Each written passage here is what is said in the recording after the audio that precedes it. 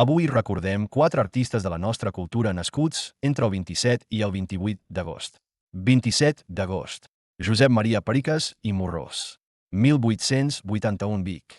Arquitecte que va iniciar la carrera sota la influència de Gaudí.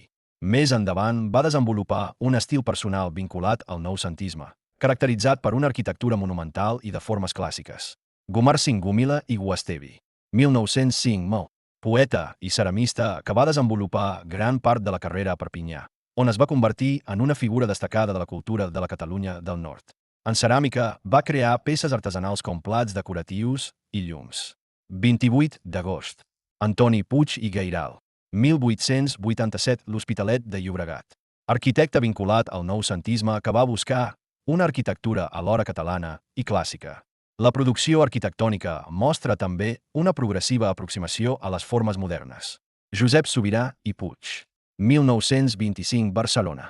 Escultor que va treballar amb diversos materials, però es va especialitzar en la fusta. Va crear formes articulades i dinàmiques amb un llenguatge molt personal que va obtenir reconeixement internacional.